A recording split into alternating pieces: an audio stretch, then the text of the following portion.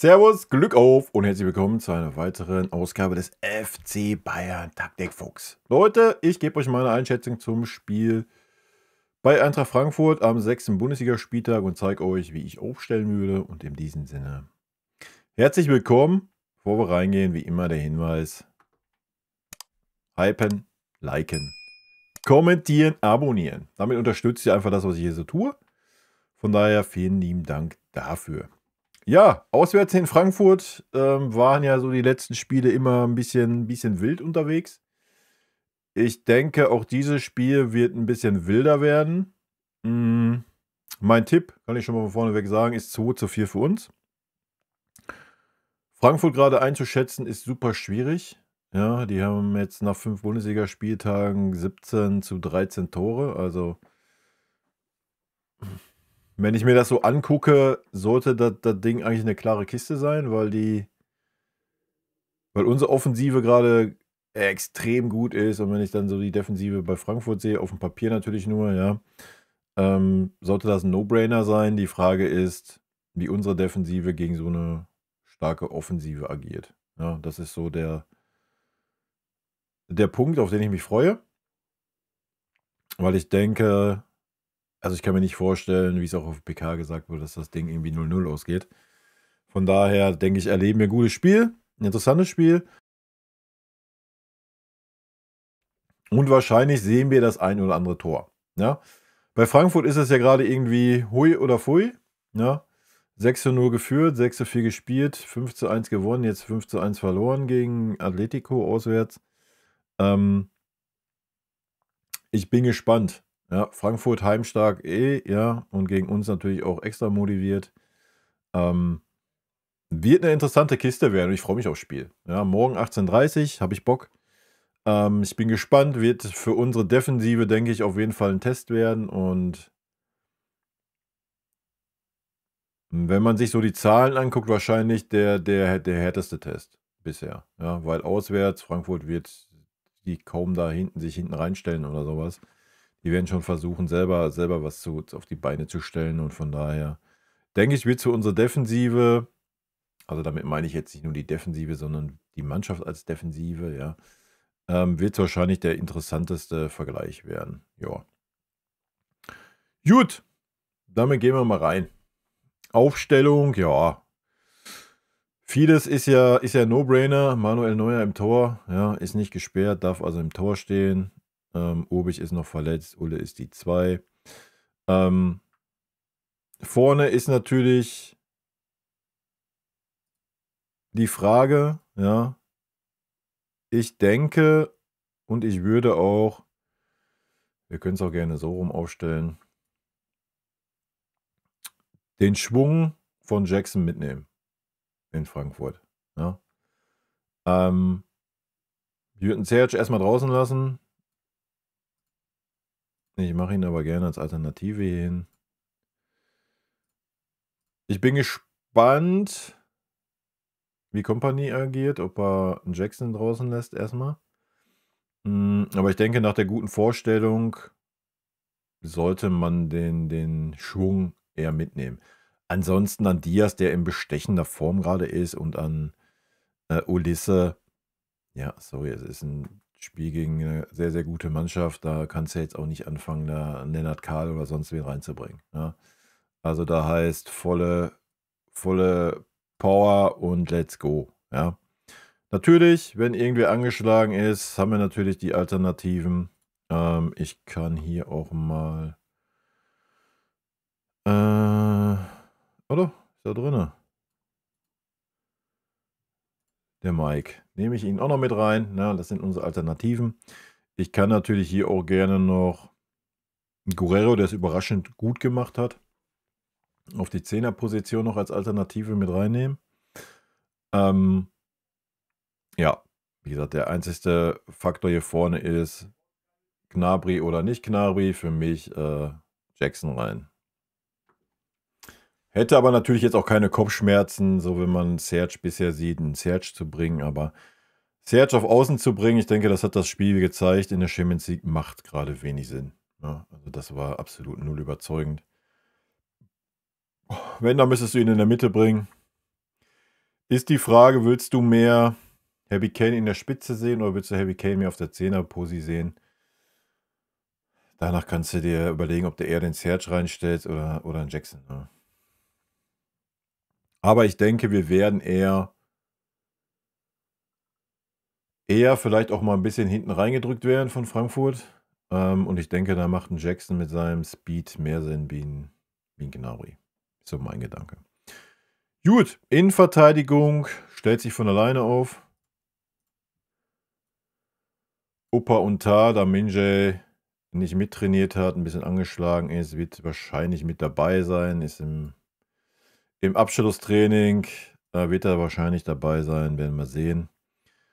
Ich trage ihn natürlich als Alternative ein, aber auch da von der Formkurve gerade her sind Tar und Opa auf jeden Fall stabiler und es wird gute Innenverteidiger benötigen. Unser Außenverteidiger ist auch klar. Conny Leimer auf links macht es gerade richtig, richtig gut. Gerade im Zusammenspiel mit Diaz ist das mega stark. Ja. Auf der rechten Seite Boe macht es ordentlich gerade. Ja, nicht überragend. Ich hätte ja gesagt, man könnte auch mal für ein Spiel Kimmich da hinschieben. Er ist recht, weil Kimmich bisher auch nicht wirklich überzeugt hat in der Zentrale, restlos. Die Frage ist, welche Kombo willst du da hinstellen dann? So, Tom Bischoff, hat jetzt noch nicht so die Spielpraxis leider. Schwierig, ja. Ja. Also, das Ding ist, Pavlo hat mich bisher nicht überzeugt. Sag ich euch, wie es ist. Ja, Pavlo ist ein No-Brainer, wenn es darum geht, so ein bisschen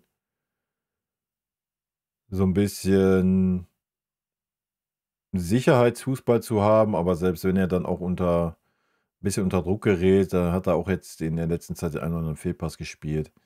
Also für mich gehört natürlich erstmal ein Bischof in die Mannschaft, weil er einfach super ballsicher ist, was ich bisher von ihm gesehen habe. Ich denke, das wird nötig sein gegen Frankfurt. Die werden auch versuchen, uns unter Druck zu setzen. Ne? Wenn sie schlau sind, versuchen sie einen Kimmich unter Druck zu setzen, der damit halt arge Probleme hat. Und da wäre Tom Bischof halt ein guter Gegenpart. Sehr wahrscheinlich wird ein Kimmich mit einem Goretzka auflaufen, gehe ich jetzt von aus. Alles andere wird mich ein bisschen überraschen. Wie gesagt, Pavlo hat mich jetzt nicht wirklich überzeugt. Auch ich finde es gut, dass ein Kompanie an ihm festhält. Er muss einfach die Kurve kriegen, ja. Der Pavlo, irgendwann muss der Knoten mal platzen. Er muss sich wieder ein bisschen mehr zutrauen. Das ist gerade so ein bisschen das Problem. Aber das ist, was ich sagte, man könnte auch überlegen, ich weiß nicht, wie stark jetzt Frankfurt über die Außen ist. Auf der anderen Seite jetzt wieder ein Boe da rauszunehmen, das würde auch sämtliches Vertrauen, was er sich vielleicht gerade so ein bisschen aufgebaut hat, kaputt machen. Ja? Also deswegen, ich würd einen Boe da hinstellen. Aber sollte er einen schlechten Tag haben, sollte das irgendwie gar nicht klappen, dann würde ich einen Kimmich da hinziehen. Du hast in der Mitte 4 Spieler, dann muss halt neben Bischof ein Pavlo oder ein Leon auflaufen. Gut ist. Ja? Hätte ich jetzt nicht die Kopfschmerzen mit. Aber anfangen würde ich erstmal mit dem Boe, hat es bisher sehr, sehr gut gemacht. Und ja, die linke Seite ist für mich ein absoluter No-Brainer. Ja, also Conny Leimer und Diaz, das ist auch defensiv stark, weil Diaz auch wie ein Berserker mit nach hinten arbeitet. Der Knackpunkt für mich wird diese Posi sein. Das wird der Knackpunkt sein für das ganze Spiel. Ja. Einmal, ob ein Bischof aufläuft, weil wenn da ein Pavlo aufläuft oder ein Leon, das sind beide Spieler. Pavlo kann es eigentlich, ein Spielaufbau, ja. Erst recht, so in der gegnerischen Hälfte kann er das sehr gut. Er tut es nur gerade nicht. Er versucht immer einen Kimmich ins Spiel zu bringen, warum auch immer, ich weiß es nicht. Ich denke, Frankfurt wird versuchen, Josh rauszunehmen. Ja. Ich denke, die werden versuchen, Kimmich zuzustellen, zu pressen. Mal gucken, wie lange sie es versuchen oder ob sie es versuchen. Also ich würde es machen, wenn ich gegen Bayern spielen würde. Das ist definitiv die Schwachstelle im Spielaufbau.